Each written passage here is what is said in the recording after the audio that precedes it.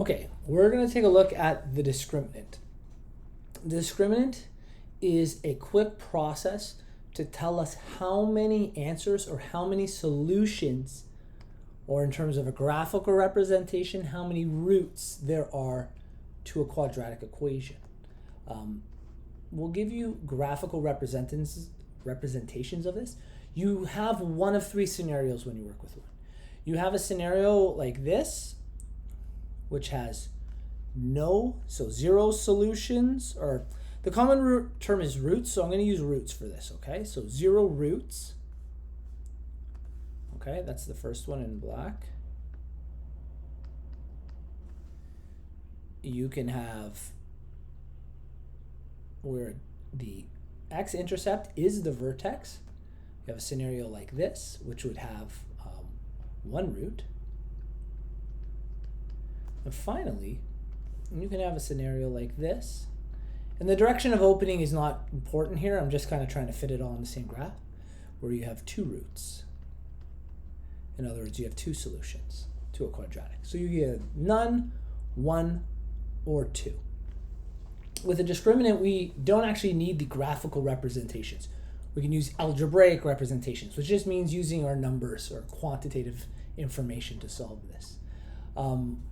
In a case where you have the discriminant, when the discriminant, so D, is less than 0, that is when you have 0 roots. When the discriminant is equal to 0, you have 1 root. And when the discriminant is greater than 0, you have 2 roots. Okay. You'll notice the discriminant uses variables B, A, and C. They all refer to this form of a quadratic, which is the standard form. So we just got to make sure that anytime we're trying to run numbers from a quadratic through the discriminant formula, we're taking those numbers from the standard form, not the factor or the vertex form. We need to put it in standard form. And to be honest, if you're in the factor form, there's much faster ways than using the discriminant. If you're in vertex form, there's also faster ways. It's standard form that's a bit difficult to figure out how many roots something will have, so this little formula should speed up the process. I don't remember if we had an example here. Do we have one? Yeah. 1, -5, and 3. Let's use that.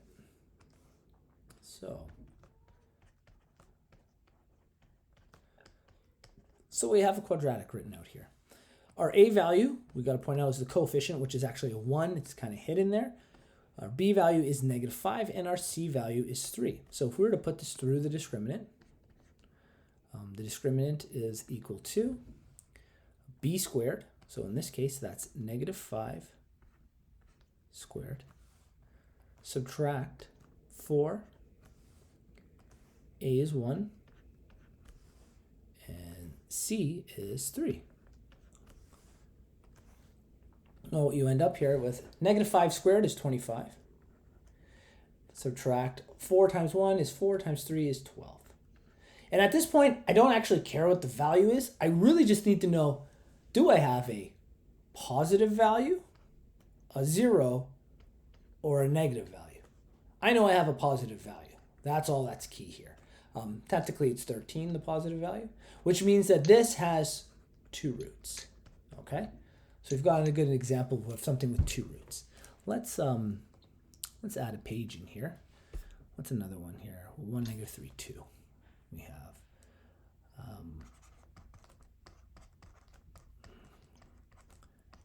let's try this scenario. Again, we'll write the discriminant out, B squared minus 4AC. Again, we got to just make sure we can recognize that's the A, this is the B value, this is the C value in this case. Kind of go through these, make sure we get them all in. That's A, that's where we put the A. So when we have our discriminant, it is equal, again, -3 squared. Subtract 4 times 1 times 2. In this case here, we end up at 9, subtract 8. Again, a positive value. I was hoping we'd have something that was a little different here. Let me see if I can come up with one really quickly. On the other page, did they give us any other solutions? They didn't give us any more.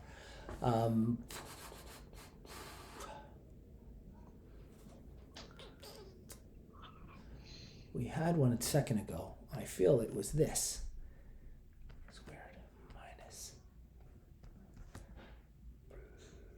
plus 9. Okay.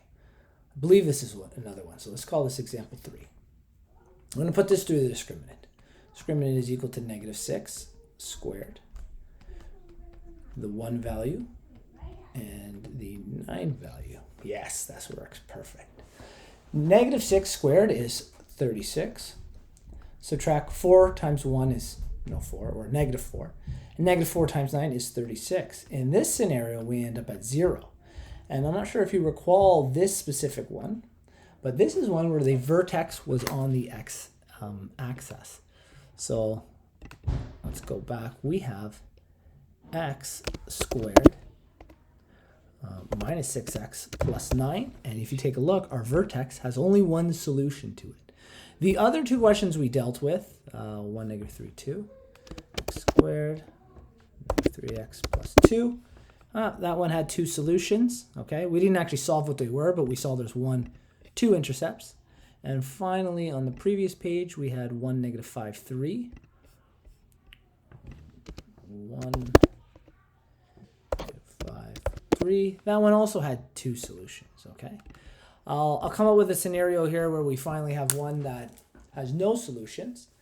Just give me one moment to mentally prepare one here.